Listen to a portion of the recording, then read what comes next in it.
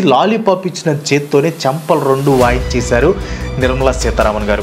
తెలివిగా ట్యాక్స్ తగ్గించాం అన్న పేరుతో మన దగ్గర నుంచి 9 లక్షలు ఎక్కువ ట్యాక్స్ని గవర్నమెంట్ తీసుకుంటుంది. అంటే నీ సంపాదనలో ఆల్మోస్ట్ 50% గవర్నమెంట్కి ట్యాక్స్ కట్టాలి. ఇంత కట్టినా కానీ నీకు వచ్చేది ఏమన్నా ఉందా అంటే శూన్యం. సరే, income tax, GST, capital gain tax, ఇలా రకరకాల ట్యాక్సులు కట్టి మిడిల్ క్లాస్ వాళ్ళకి దక్కేది ఏంటంటే కూలిపోయిన బ్రిడ్జ్లు, విరిగిపోయిన ఎయిర్పోర్ట్లు, కనీసం స్టాండర్డ్గా ఫ్రీ మెడికల్ కేర్ కూడా లభించదు. ఇక్కడ ఎలకేట్ చేయడానికి, అరేంజ్ చేయడానికి చాలా డిఫరెన్స్ ఉంది.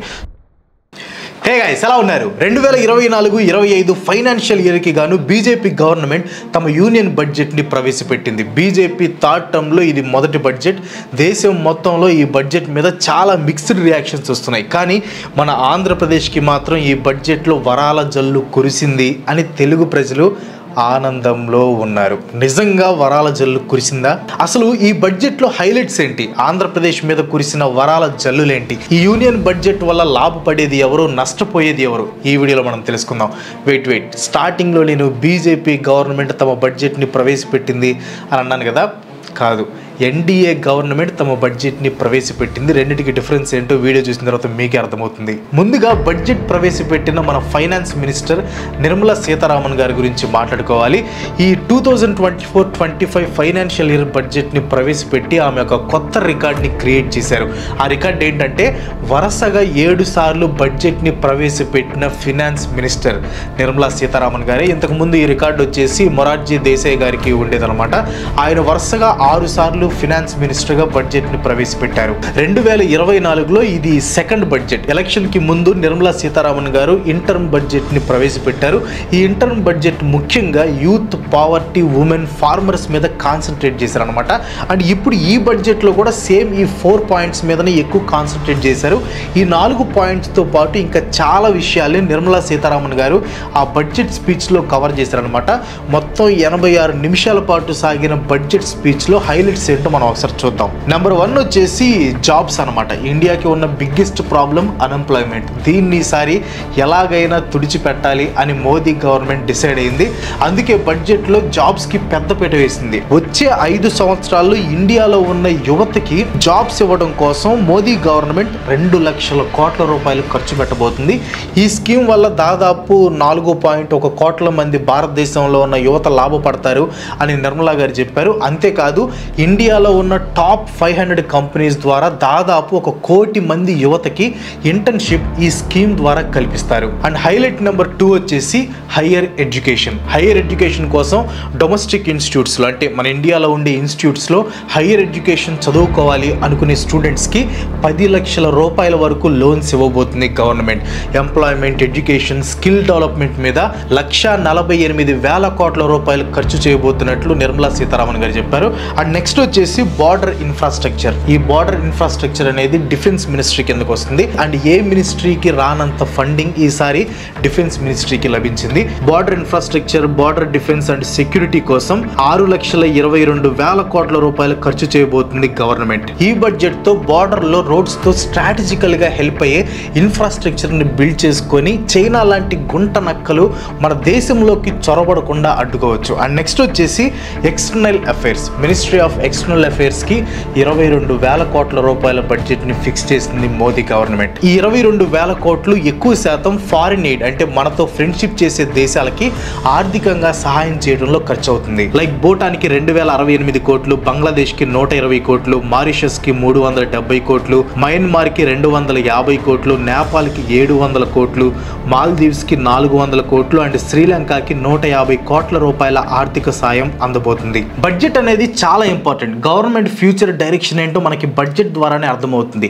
ఇండియాకి ఉన్న ఓన్లీ ప్రాబ్లం మనం ఫ్యూచర్ని సరిగ్గా ప్లాన్ చేసుకోం. వెనకబట్టడానికి ఈ పూర్ ప్లానింగే ఒక కారణం. ఫర్ ఎగ్జాంపుల్ 2024లో ఏఐ వల్ల మాస్ లే ఆఫ్స్ జరిగాయి. దానికి రీజన్ ఆర్టిఫిషియల్ ఇంటెలిజెన్స్ని ఎలా యూస్ చేయాలో చాలా మందికి తెలియకపోవటం. ఇలాంటి కేసెస్లో మనం ఏఐ గురించి ఎంత నేర్చుకుంటే అంత మంచిది. దానికోసం మీకు 3 hours chat GPT and AI workshop use అవుతుంది. యాక్చువల్గా ఇది పెయిడ్ వర్క్షాప్ అనమాట. బట్ మీరు స్పెషల్ కాబట్టి ఫస్ట్ 1000 వ్యూవర్స్కి ఈ వర్క్షాప్ ఫ్రీ. ఆల్రెడీ 10 లక్షల మంది ఈ వర్క్షాప్ తీసుకున్నారు అండ్ ఏఐ హెల్ప్తో వాళ్ళ కెరియర్ని నెక్స్ట్ లెవెల్కి తీసుకెళ్లారు. నేను కూడా ఈ వర్క్షాప్కి అటెండ్ అయ్యాను. 20+ ఏఐ టూల్స్ని నేర్చుకున్నాను. నేనైతే ఈ వర్క్షాప్కి 5/5 రేటింగ్ ఇస్తాను అనమాట. ఈ వర్క్షాప్ ద్వారా మీరు job hunting, resume writing with help of AI, simple analysis of complex data, even personal branding కూడా నేర్చుకోవచ్చు. మీరు ఐటీ అయినా, సేల్స్ అయినా, మార్కెటింగ్, హెచ్ఆర్, ఆపరేషన్స్, ఇలా ఏ డిపార్ట్మెంట్కి చెందిన వాళ్ళైనా ఇది మీకు బాగా యూజ్ అవుతుంది. డిస్క్రిప్షన్లో ఉన్న లింక్ మీద క్లిక్ చేసిన ఫస్ట్ 1000 వ్యూవర్స్కి ఈ workshop absolutely free. So Hari up, వెంటనే వర్క్షాప్లో జాయిన్ అయిపోండి. Now get back to the video. మన దేశానికి బ్యాక్ బోన్గా చెప్పుకునే అగ్రికల్చర్కి 1,52,000 కోట్ల రూపాయలు అందిస్తున్నట్లు తన స్పీచ్లో చెప్పారు నిర్మలా గారు. ఈ 1,52,000 కోట్లు అగ్రికల్చర్ ఇంకా దానికి సంబంధించిన సెక్టార్స్ని డెవలప్ చేయడానికి వాడతారు. అంతేకాదు సెంట్రల్ గవర్నమెంట్ అగ్రికల్చర్ రీసెర్చ్ సెటప్ని రివ్యూ చేసి ప్రొడక్టివిటీ ఎక్కువ ఉండి ఎటువంటి క్లైమేట్నైనా తట్టుకునే పంటలో పండించడం మీద ఎక్కువ ఫోకస్ పెట్టబోతుంది. అయితే ఒకవైపు అగ్రికల్చర్కి భారీ బడ్జెట్ ఇచ్చి ఇంకోవైపు ఫర్టిలైజర్స్ అండ్ ఫుడ్ సబ్సిడీస్ని తగ్గించింది గవర్నమెంట్. దీన్ని కొన్ని ఫార్మర్ ఆర్గనైజేషన్స్ వ్యతిరేకించాయి. అండ్ నెక్స్ట్ హైలైట్ వచ్చేసి కూటమి స్పెషల్ బడ్జెట్. ఎప్పుడూ లేని విధంగా స్పెషల్గా కేవలం 2 రాష్ట్రాలకి భారీగా ఆర్థిక సాయం అందిస్తున్నట్లు బడ్జెట్ స్పీచ్లో ప్రకటించారు నిర్మలా సీతారామన్ గారు. ఇందాక స్టార్టింగ్లో బీజేపీ గవర్నమెంట్ కాదు ఎన్డీఏ గవర్నమెంట్ అన్నాను, గుర్తుందా? అలా ఎందుకు అన్నానంటే బీజేపీ గవర్నమెంట్ ఫామ్ చేయడానికి హెల్ప్ చేసిన టీడీపీ ఇంకా జనతాదళ్ పార్టీలకి థ్యాంక్స్ చెప్తూ ఆంధ్రప్రదేశ్ ఇంకా బీహార్కి బడ్జెట్లో భారీగా వరాలు కురిపించారు. ఇంతకు ముందు బడ్జెట్లు బీజేపీకి నచ్చినట్లు ఉండేవి, కానీ ఈసారి మాత్రం ఎన్డీఏకి నచ్చినట్లు, అంటే బీజేపీతో పాటు బీజేపీ పవర్లోకి రావడానికి సపోర్ట్ చేసిన పార్టీస్ కూడా సాటిస్ఫాక్టరీగా ఉండేలాగా ఈ బడ్జెట్ని తయారు చేశారు. అందుకే ఇది బీజేపీ బడ్జెట్ కాదు ఎన్డీఏ బడ్జెట్. బట్ చాలామంది ఏమనుకుంటున్నారంటే ఎన్డీఏ బడ్జెట్ కాదు ఇండియా బడ్జెట్, అంటే భారత్ బడ్జెట్ ప్రవేశపెట్టుంటే బాగుంటుంది అంటున్నారు. సో ఎవరి ఒపీనియన్స్ వాళ్ళే, మనకు సంబంధం లేదు. ఈ ఎన్డీఏ బడ్జెట్ ద్వారా తమకి సపోర్ట్ చేసిన స్టేట్స్ బీహార్ ఇంకా ఆంధ్రప్రదేశ్కి ఆర్థిక సాయం అందించబోతున్నారు. బీహార్లో స్పెషల్ డెవలప్మెంట్ ప్రాజెక్ట్స్ కోసం 26,000 కోట్ల రూపాయలు అనౌన్స్ చేశారు. అండ్ ఆంధ్రప్రదేశ్లో క్యాపిటల్ అమరావతి డెవలప్మెంట్ కోసం 15,000 కోట్ల రూపాయలు ఇవ్వబోతున్నాం అని గవర్నమెంట్ తమ బడ్జెట్లో డిక్లేర్ చేసింది. ఈ 15,000 కోట్ల గురించి మనం వీడియోలో మళ్ళీ మాట్లాడుకుందాం. సో ఇవన్నీ గవర్నమెంట్ ఖర్చు పెట్టే వాటిలో హైలైట్స్. అండ్ నెక్స్ట్ గవర్నమెంట్కి ఇన్కమ్ వచ్చే సెక్టర్స్ అంటే ట్యాక్సెస్లో హైలైట్స్ ఏంటో చూద్దాం. 25 క్రిటికల్ మినరల్స్ మీద కస్టమ్ డ్యూటీస్ని ఎత్తేస్తున్నట్లు గవర్నమెంట్ ప్రకటించింది. అంటే 25 మినరల్స్ మీద ఇంపోర్ట్ అండ్ ఎక్స్పోర్ట్ ట్యాక్స్లు ఉండవు. ఈ 25 minerals lithium, cobalt, copper minerals తో పాటు రేర్ ఎర్త్ మెటల్స్ కూడా ఉన్నాయి. ఈ మినరల్స్ ని ఎలక్ట్రానిక్ డివైజెస్ లో, ఎలక్ట్రానిక్స్ చిప్స్ తయారు చేయడంలో వాడతారనమాట. ఇంతకు ముందు ఈ మినరల్స్ మీద 2.5% నుంచి 10% వరకు కస్టమ్ డ్యూటీ ఉండేది. సో క్లియర్ గా గవర్నమెంట్ హైటెక్ సెక్టార్ మీద అండ్ టెక్నాలజీ డెవలప్మెంట్ మీద ఎక్కువ ఫోకస్ చేసింది అని అర్థమవుతుంది. గోల్డ్, సిల్వర్, ప్లాటినం తో పాటు మొబైల్ ఫోన్స్ కూడా చీప్ గా, అంటే కాస్త రేటు తక్కువలో లభించబోతున్నాయి. వీటి మీద ఉండే ఇంపోర్ట్ ట్యాక్స్ ని కూడా గవర్నమెంట్ తగ్గించింది. గోల్డ్, సిల్వర్, ప్లాటినం మీద ఇంతకు ముందు 15% ఉంటే ఇప్పుడు 6%కి తగ్గించేశారు. అండ్ నెక్స్ట్ వన్ వచ్చేసి ఇన్కమ్ ట్యాక్స్. ఇంతకు ముందు 50,000 రూపాయలు ఉన్న స్టాండర్డ్ డిడక్షన్ని 75,000 రూపాయలకి పెంచారు. స్టాండర్డ్ డిడక్షన్ అంటే సింపుల్గా చెప్తాను చూడండి. మీకు ఒక సంవత్సరానికి 10 లక్షలు వస్తున్నాయి అనుకోండి. మీరు స్టాండర్డ్ డిడక్షన్ని చూస్ చేసుకుంటే మీ 10 లక్షల్లో నుంచి 75,000 మైనస్ చేసి ఆ మిగిలిన అమౌంట్కి మీరు ట్యాక్స్ కట్టాలన్నమాట. సో ఇంతకు ముందు 50,000 ఉన్న స్టాండర్డ్ డిడక్షన్ని ఇప్పుడు 75,000కి పెంచారు. సేమ్ పెన్షనర్స్కి కూడా 15,000 ఉన్న స్టాండర్డ్ డిడక్షన్ని 25,000కి పెంచారనమాట. ఇంకా నుంచి స్టార్ట్అప్ కంపెనీస్ ట్యాక్స్ కట్టాల్సిన పని లేదు అని గవర్నమెంట్ డిక్లేర్ చేసింది. ఏంజల్ ఇన్వెస్టర్స్కి లేదా వెంచర్ క్యాపిటలిస్ట్లకి ఇది చాలా మంచి న్యూస్. దీనివల్ల ఇండియాలో స్టార్ట్అప్ కల్చర్ని డెవలప్ చేయాలి అనేది గవర్నమెంట్ ఉద్దేశం. సో బేసిక్గా ఇవి నిర్మలా సీతారామన్ గారు ప్రవేశపెట్టిన 2024 బడ్జెట్లో హైలైట్స్. ఈ బడ్జెట్తో ఎవరో లాభం పొందుతారు, ఎవరో నష్టపోతారు. లాభం ఎవరికో కరెక్ట్గా పిన్ పాయింట్ చేయలేం, కానీ నష్టపోయేది మాత్రం మిడిల్ క్లాస్ వాళ్ళే. ఎలాగో చెప్తాను చూడండి. సో ముందుగా కొత్తగా వచ్చిన ఇన్కమ్ ట్యాక్స్ రేట్స్ ఎలా ఉన్నాయో ఒకసారి చూద్దాం. మీకు ఇక్కడ స్క్రీన్ మీద కూడా డిస్ప్లే చేస్తాను చూడండి. సో ఇంతకు ముందులాగే ఇయర్కి 3 లక్షల వరకు సంపాదించే వాళ్ళు ఎటువంటి ఇన్కమ్ ట్యాక్స్ కట్టాల్సిన పని లేదు. వీళ్ళు జిఎస్టీతో పాటు మిగతా చిన్న చిన్న ట్యాక్స్లు కట్టాలన్నమాట. ఇంకా మీరు సంవత్సరానికి 3 నుంచి 7 లక్షల వరకు సంపాదిస్తే 5% కట్టాల్సి ఉంటుంది. ఇంతకుముందు ఈ లిమిట్ వచ్చేసి 6 lakhsగా ఉండేది, ఇప్పుడు 7 lakhs చేశారనమాట. సో 1 లక్ష పెంచారు. సో ఇంకా 7 to 10 lakhs మధ్యలో సంపాదించే వాళ్ళు 10% ట్యాక్స్ కట్టాలి. ఇది ఇంతకుముందు 6 to 9 lakhsగా ఉండేది అనమాట. ఇంతకుముందు 9 to 12 12 lakhs మధ్యలో ఇన్కమ్ ఉన్న వాళ్ళు 15% ట్యాక్స్ కట్టాలి. ఇప్పుడు ఈ ట్యాక్స్ స్లాబ్ వచ్చేసి 10 to 12కి మార్చారు. ఇంకా 12 to 15 lakhs సంపాదించే వాళ్ళు ఇంతకుముందు 20% ట్యాక్స్ కట్టేవాళ్ళు, వీళ్ళకి ఏం చేంజ్ అవ్వలేదు, ఇప్పుడు కూడా 20%. ఇంకా సంవత్సరానికి 15 లక్షల కంటే ఎక్కువ సంపాదించే వాళ్ళు 30% ట్యాక్స్ కట్టాలి, దీంట్లో ఏం చేంజ్ ఉండదు. 15 lakhs కంటే ఎక్కువ సంపాదించే వాళ్ళు 30% ట్యాక్స్ కట్టాలి. ఇది కాస్త కన్ఫ్యూజింగ్గా ఉంటుంది, నేను సింపుల్గా ఎక్స్ప్లెయిన్ చేస్తాను చూడండి. మీ ఇన్కమ్ 0 to 6 lakhs మధ్యలో ఉంటే మీకు ఈ ట్యాక్స్ రేట్ చేంజ్లో ఏం తేడా కనిపించదు. కానీ 6 lakhs కంటే ఎబోవ్ ఉంటే మీరు 5% ట్యాక్స్ కట్టాలి. ఇంతకుముందు అయితే 10% కట్టాల్సి వచ్చేది, కానీ ట్యాక్స్ స్లాబ్స్ మార్చడం వల్ల మీరు తక్కువ ట్యాక్స్ కడుతున్నారు. సో ఇది గుడ్ న్యూస్, ముఖ్యంగా మిడిల్ క్లాస్ వాళ్ళకి. కానీ ట్యాక్స్ స్లాబ్స్ తగ్గించామని చెప్పి నోట్లో లాలీపాప్ పెట్టి అటువైపు క్యాపిటల్ గెయిన్స్ మీద ట్యాక్స్లు పెంచేసి లాలీపాప్ ఇచ్చిన చేత్తోనే చంపలు 2 వాయించేశారు నిర్మలా సీతారామన్ గారు. మీకు అర్థమయ్యేలాగా చెప్తాను చూడండి. ఇప్పుడు ట్యాక్స్ రేట్స్ తగ్గాయి, మీకు డబ్బులు మిగిలాయి, మీరేం చేస్తారు?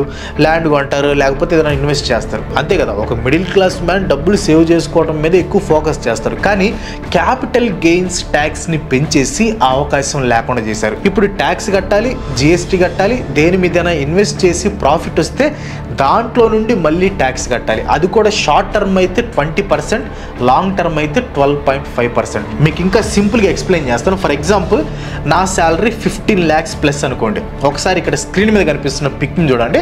నాకు శాలరీ వచ్చింది. సో శాలరీ రాగానే ఏం చేస్తాను? 50 lakhs కంటే ఎక్కువ ఉంది కాబట్టి 30% డైరెక్ట్ ట్యాక్స్ కట్టేస్తాను. సో ఇప్పుడు నా దగ్గర డబ్బులు మిగిలినాయి, దాంతో ఏం చేస్తాను? ఫస్ట్ నేను స్పెండింగ్ అనుకోండి, స్పెండ్ చేశాను.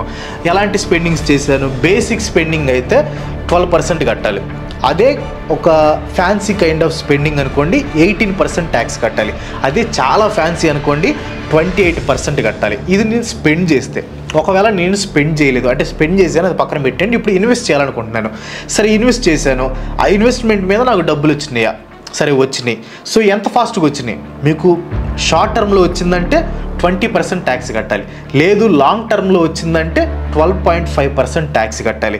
సో ఇన్ కేస్ మీకు ఇన్వెస్ట్మెంట్ పెట్టినా కూడా డబ్బులు రాలేదంటే మీకు లాస్లు వస్తే ఆ లాస్ మీరే భరించాలి. ఇప్పుడు చాలా జాగ్రత్తగా వినండి, చాలా జాగ్రత్తగా వినండి. ఇక్కడ షార్ట్ టర్మ్ 15% ఉండేది 20%కి పెంచారు. కానీ long term capital gain tax అనేది ఇంతకుముందు 20% ఉండేది, ఇప్పుడు 12.5%కి తగ్గించారు. అబ్బా, లాంగ్ టర్మ్ ఇన్వెస్ట్ చేసే వాళ్ళకి బెనిఫిట్ అని మనం అనుకుంటాం. కానీ గవర్నమెంట్ తెలివిగా ఏం చేసిందంటే లాంగ్ టర్మ్ క్యాపిటల్ గెయిన్ ట్యాక్స్ని తగ్గించి ఇండెక్సేషన్ని రిమూవ్ చేసింది. అది ఎలా ఎఫెక్ట్ చూపిస్తుందో మీకు ఒక ఎగ్జాంపుల్తో ఎక్స్ప్లెయిన్ చేస్తాను చూడండి. Very important. మీరు 2009లో 50 లక్షలు పెట్టి ఒక ఇల్లు కొన్నారు. ఇప్పుడు దాన్ని అంటే ప్రజెంట్ 2024లో 1.5 crore అమ్మేశారు. ఇండెక్సేషన్ ఉంటే మీరు 15 సంవత్సరాల క్రితం కట్టిన 50 లక్షల వర్త్ ఇప్పుడు 1,32,48,175 రూపాయలు. సో ఇక్కడ క్యాపిటల్ గెయిన్ అంతా 1.5 crore నుంచి ఈ 1.32 crores తీసేస్తే 17.5 lakhs. ఈ 17.5 lakhsలో 20% అంటే 3.5 lakhs. సో పాత పద్ధతిలో ఇండెక్సేషన్ ఉంటే 20% ట్యాక్స్ అయినా సరే మీరు కట్టేది 3.5 lakhs. అదే ఇండెక్సేషన్ లేదనుకోండి మీ క్యాపిటల్ గెయిన్ 1 crore అవుతుంది. అంటే మీరు 50 లక్షలకి కొని 1.5 crores అమ్మారు కాబట్టి ఇండెక్సేషన్ లేదు కాబట్టి క్యాపిటల్ గెయిన్ 1 crore అవుతుంది. ఇప్పుడు 1 crore 12.5% ఎంత? 12.5 lakhs ట్యాక్స్ కట్టాలి. అంటే పాత పద్ధతిలో 20% ట్యాక్స్ ఉన్నా కానీ మీరు కట్టేది 3.5 lakhs. కానీ కొత్త పద్ధతిలో 12.5%కి తగ్గినా కూడా మీరు 12.5 లక్షలు ట్యాక్స్ కట్టాలి. తెలివిగా ట్యాక్స్ తగ్గించాం అన్న పేరుతో మన దగ్గర నుంచి 9 లక్షలు ఎక్కువ ట్యాక్స్ని గవర్నమెంట్ తీసుకుంటుంది. నేను సింపుల్గా ఈ ఎగ్జాంపుల్ని బేస్ చేసుకొని చెప్పాను. ఈ ప్రాపర్టీ వాల్యూని బట్టి ఈ ట్యాక్స్ అనేది మారుతూ ఉంటుంది అనమాట. సో ఇక్కడ long term capital gain tax పర్సంటేజ్ని తగ్గించడం లాభమా నష్టమా? ఆబ్వియస్గా ట్యాక్స్ ఒకటి తగ్గించుంటే లాభం ఉండేది, కానీ తెలివిగా ఇండెక్సేషన్ రిమూవ్ చేశారు కాబట్టి ఇది తగ్గించినా కూడా మనకి నష్టమే. ఇంకో మైండ్ పోయే క్యాలిక్యులేషన్ చెప్తాను, జాగ్రత్తగా చూడండి. ఇప్పుడు ₹1,00,00,000 విలువ ఉన్న ఇల్లు కొనాలంటే మనం 5% GST ప్లస్ రిజిస్ట్రేషన్కి స్టాంప్ డ్యూటీ 3 lakhs కట్టాలి. అదే ₹1,00,00,000 మీరు సంపాదించారనుకోండి 30% ట్యాక్స్ కట్టాలి, 15% సర్ఛార్జ్, 4% సెస్, అంటే మొత్తం కలిపి 35.88%. సో ట్యాక్స్ అమౌంట్ ఆల్మోస్ట్ మీకు 38.75 lakhs అయింది. సో టోటల్గా నువ్వు ₹1,00,00,000 సంపాదించి ఆ ₹1,00,00,000తో ఇల్లు కట్టుకోవడానికి 5+3+38.75 అంటే 46.75 lakhs, అంటే నీ సంపాదనలో ఆల్మోస్ట్ 50% గవర్నమెంట్కి ట్యాక్స్ కట్టాలి. ఇంత కట్టినా కానీ నీకు వచ్చేది ఏమన్నా ఉందా అంటే శూన్యం. ఇండియాలో ఉండే పాపులేషన్లో కేవలం 2% మాత్రమే ట్యాక్స్ కడతారు. ఈ 2%లో అధికంగా ట్యాక్స్ కట్టేది మన మిడిల్ క్లాస్ వాళ్ళే. ప్రజెంట్ ఉన్న ఇన్ఫ్లేషన్కి ఇయర్కి 15 lakhs సంపాదించే వాళ్ళు కూడా మిడిల్ క్లాస్ కిందకే వస్తారు. కొంతమంది దేశభక్తులు ఏమంటారంటే అబ్బో 15 లక్షలు సంపాదించే వాళ్ళు మిడిల్ క్లాస్ ఎలా అవుతారు, రిచ్ పీపుల్ అవుతారని. సో ఇంకా వాళ్ళ విజ్ఞతకే మనం వదిలేయాలి. సరే, income tax, GST, capital gain tax, ఇలా రకరకాల ట్యాక్సులు కట్టే మిడిల్ క్లాస్ వాళ్ళకి దక్కేది ఏంటంటే కూలిపోయిన బ్రిడ్జ్లు, విరిగిపోయిన ఎయిర్పోర్ట్లు, కనీసం స్టాండర్డ్గా ఫ్రీ మెడికల్ కేర్ కూడా లభించదు. సింపుల్గా చెప్పాలంటే 2% పాపులేషన్ రక్తాన్ని పిండి దేశాన్ని నడిపిస్తున్నారు. సరే, ఈ ట్యాక్స్ గొడవ పక్కన పెడితే ఈ బడ్జెట్లో మన ఆంధ్రప్రదేశ్కి వరాల జల్లు కురిసింది. ఎస్, ఇది నిజమే. కానీ కురిసింది వరాల జల్లా లేకపోతే వరాల వడగళ్ళ అనేది అర్థం కావట్లేదు. ఇప్పుడు జల్లైతే మొహం మీద పడగానే హాయిగా ఉంటుంది, వడగళ్ళ అయితేనే డేంజర్. అసలు ఈ వరాలు ఏంటో ఒకసారి విశ్లేషిద్దాం, ఆ తర్వాత డిసైడ్ అవుదాం మన మొఖాలు వికసిస్తాయా లేకపోతే పగులుతాయని. ముందుగా ఆంధ్రప్రదేశ్ క్యాపిటల్ అమరావతి డెవలప్మెంట్ కోసం 15,000 కోట్ల రూపాయలు ఇస్తున్నట్లు నిర్మలా సీతారామన్ గారు తన స్పీచ్లో చెప్పారు. అంతేకాదు, ఈ 15,000 కోట్ల రూపాయలు కాకుండా అవసరాన్ని బట్టి భవిష్యత్తులో అదనపు నిధులు కూడా ఇస్తాం అన్నారు. అండ్ నెక్స్ట్ వచ్చేసి పోలవరానికి కావాల్సిన నిధులు ఇస్తారు. ఎంత ఇస్తారో చెప్పలేదు కానీ ఇస్తామని చెప్పారు. ఏపీ విభజన చట్టం ప్రకారం పోలవరం కట్టడానికి పూర్తిగా సహాయం చేస్తుందంట central government. Vizag Chennai industrial corridor డెవలప్మెంట్కి కూడా సెంటర్ హెల్ప్ చేస్తుంది. Water, power, railways, roads plus Rayalaseema, Prakasam, north coastal, ఆంధ్రప్రదేశ్లోని బ్యాక్వర్డ్ రీజన్స్లో ఇన్ఫ్రాస్ట్రక్చర్ డెవలప్మెంట్కి సెంటర్ ఫండ్స్ని రిలీజ్ చేస్తుంది. సో ఇవి బేసిక్గా మనకిచ్చారు. క్యాపిటల్కి 15,000 కోట్లు ఈజ్ వెరీ గుడ్ థింగ్. నిజంగా ఇది మంచి విషయం. ఆంధ్రప్రదేశ్ లాంటి స్టేట్కి క్యాపిటల్ లేకపోవడం కరెక్ట్ కాదు, అందుకే ఫండింగ్ ఇస్తున్నామని నిర్మలా సీతారామన్ గారు కూడా చెప్పారు. అయితే 15,000 కోట్లు ఎలా ఇస్తున్నారు అనేది ఇప్పుడు పెద్ద డిబేట్గా మారింది. అటు బీహార్కి ఏమో రోడ్లు వేసుకోవడానికి 26,000 కోట్ల రూపాయలు ఎలకేట్ చేస్తున్నాం అని సింపుల్గా చెప్పేశారు. కానీ మన దగ్గరికి వచ్చేసరికి మాత్రం మల్టీనేషనల్ డెవలప్మెంట్ ఏజెన్సీస్ ద్వారా ఫైనాన్షియల్ సపోర్ట్గా 15,000 crores అందిస్తున్నాం అన్నారు. మామూలుగా అయితే సెంట్రల్ గవర్నమెంట్ స్టేట్కి అందించే ఫైనాన్షియల్ హెల్ప్ని గ్రాంట్ అంటారు. కానీ ఈ 15,000 గ్రాంటా అప్పా అనేది మాత్రం క్లారిటీ లేదు. అఫ్ కోర్స్ నిర్మలా సీతారామన్ గారు దీని మీద క్లారిటీ ఇచ్చారు, కానీ ఎప్పటిలాగే తికమక పెట్టే ఆన్సర్లు ఇచ్చారనమాట. అంటే మీరు చూసుకోండి, నిర్మలా సీతారామన్ గారు ఎప్పుడు స్ట్రైట్గా ఆన్సర్ ఇవ్వరు, ఏదో ఒకటి చెప్పి కన్ఫ్యూజ్ చేస్తారనమాట. ఒకసారి నిర్మలా సీతారామన్ గారు ఏం మాట్లాడారో ఒకసారి మీరు చూడండి. స్టేట్ క్యాపిటల్ బిల్డ్ చేయడానికి సెంట్రల్ గవర్నమెంట్ దానికి స్టేట్ గవర్నమెంట్కి హెల్ప్ చేయాలని యాక్ట్ ప్రకారం ఉంది. So capital city Amaravati build up చేయడానికి మేము డెఫినెట్గా వాళ్ళకి అసిస్టెన్స్ ఇవ్వాలి. ఇప్పుడు నేను చెప్పిన 15,000 కోట్లు వరల్డ్ బ్యాంక్ అసిస్టెన్స్ తోటి మేము వాళ్ళకి తెప్పిస్తున్నాం. దానికి కౌంటర్ పార్ట్ ఫండింగ్ కూడా ఉంటుంది. కానీ ఇవాళ స్టేట్ పొజిషన్ ఎలా ఉంది, అది ఎట్లాగా వాళ్ళు ఇస్తారా ఇవ్వలేరా, అది మేము సెంటర్ నుంచి గ్రాంట్ ఇచ్చుకుంటామా, ఇవన్నీ చూసి వాళ్ళతోటి మాట్లాడుకొని చేస్తాం. ఇక్కడ క్లియర్గా ఆ 15,000 కోట్లు ప్రస్తుతానికి గ్రాంట్ అయితే కాదు అని అర్థమవుతుంది. ఇప్పుడు గ్రాంట్ కాదంటే అదప్పే, ప్రస్తుతానికైతే అదప్పే. ఇప్పుడు మా తమ్ముడు ఉన్నాడు, డైరెక్ట్గా బ్యాంక్కి వెళ్ళి అప్పడకుండా నేను షూరిటీ పెట్టి మా తమ్ముడికి అప్పు ఇప్పిస్తా. వాడు కట్టలేదనుకో, ఆ అప్పు నేను రీపే చేయాలి. ఇక్కడ నేను వచ్చేసి సెంట్రల్ గవర్నమెంట్ అనుకోండి, మా తమ్ముడు వచ్చేసి ఆంధ్రప్రదేశ్ అనుకోండి. ప్రజెంట్ అయితే అది అప్పే. అది మనం కట్టాలా లేకపోతే సెంట్రల్ గవర్నమెంట్ కడుతుందా అనేది ఫ్యూచర్లో తెలుస్తుంది. బట్ మోస్ట్లీ సెంట్రల్ గవర్నమెంటే ఆ అప్పు కట్టింది. బట్ నాకు అర్థం కాని విషయం ఏంటంటే, బీహార్కి రోడ్లు వేసుకోవడానికి 26,000 కోట్ల రూపాయలు ఎలకేట్ చేశారు. బట్ మనకి క్యాపిటల్ కట్టుకోవడానికి 15,000 కోట్ల రూపాయలు అరేంజ్ చేశారు. ఇక్కడ ఎలకేట్ చేయడానికి అరేంజ్ చేయడానికి చాలా డిఫరెన్స్ ఉంది. సో ఏదేమైనా సరే మన స్టేట్ క్యాపిటల్ కోసం ఫండింగ్ అయితే వచ్చింది. మరి అది సెంట్రల్ గవర్నమెంట్ ఇచ్చిందా లేదా, వరల్డ్ బ్యాంక్కి ఆంధ్రప్రదేశ్ తిరిగి కట్టాలనేది క్లారిటీ లేదు. సో వెయిట్ అండ్ సీ, వడగళ్ళు పడతాయా, అవి కరిగి జల్లులు పడతాయా అనేది మనం వేచి చూడాలి. That's all for today. ఈ వీడియో ఇంపార్టెంట్ కాబట్టి అందరికి షేర్ చేయడానికి ట్రై చేయండి.